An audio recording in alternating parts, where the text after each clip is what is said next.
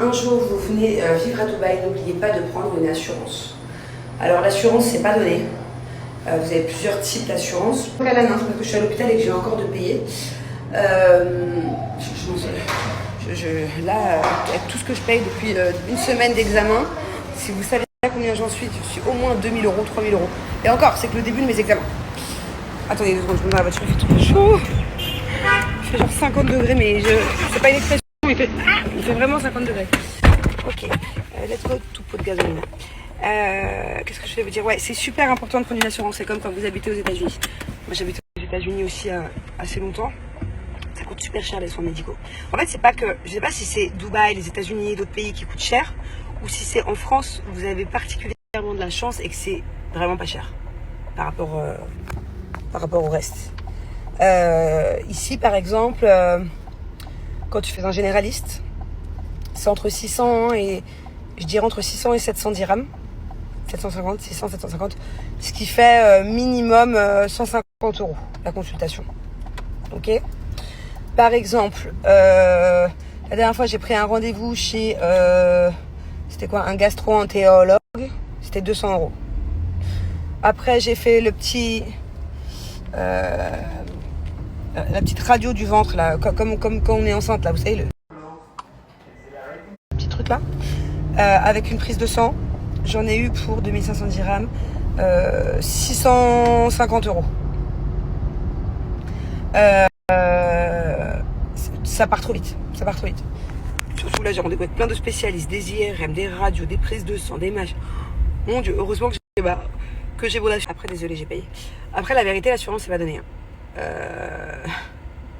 En fait, il y a des fois, c'est très bizarre, parce qu'il y a des fois où dans la famille, parce que c'est une assurance pour toute la famille. Donc, les enfants, moi, Julien. Il y a des fois où, heureusement, tant mieux, on n'a même pas besoin d'aller chez le docteur. Pendant 2, 3, 4 mois, rien. Je me fais rien rembourser. En fait, c'est une assurance ici où tu payes, tu avances les frais. Et après, tu prends les factures en photo. Les tickets, les factures et tout ça. Tu leur envoies l'assurance et elle a 10 jours à te rembourser. Okay. Sinon, tu as des assurances aussi à Dubaï où tu attends sur place et c'est directement l'assurance qui paye. Mais c'est un peu chiant parce que des fois, tu dois attendre longtemps. Surtout quand c'est une urgence ou un truc comme ça. Bref. Le temps que l'assurance valide. Mais il suffit que un jour tu te retrouves aux urgences un soir, que l'assurance elle est fermée, c'est un peu compliqué. Bon, donc moi c'est self, je paye, après je me fais rembourser.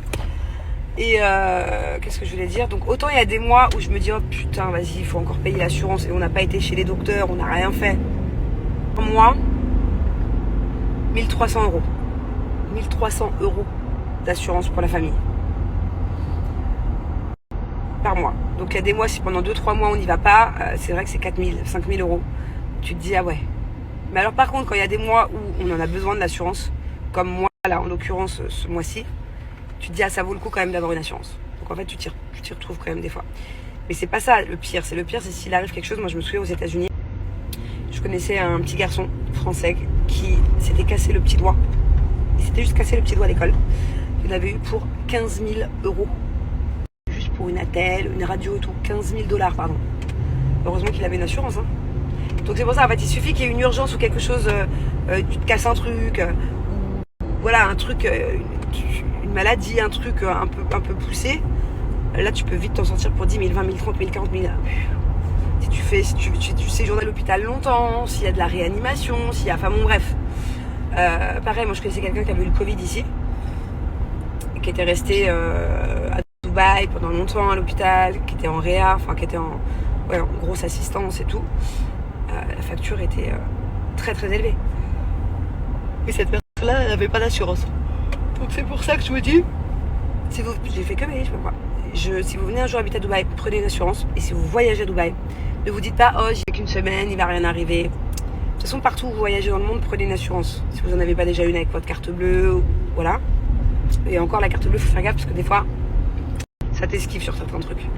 Mais c'est super important quand tu voyages quelque part. Moi je sais que mon assurance elle me couvre au monde si je voyage.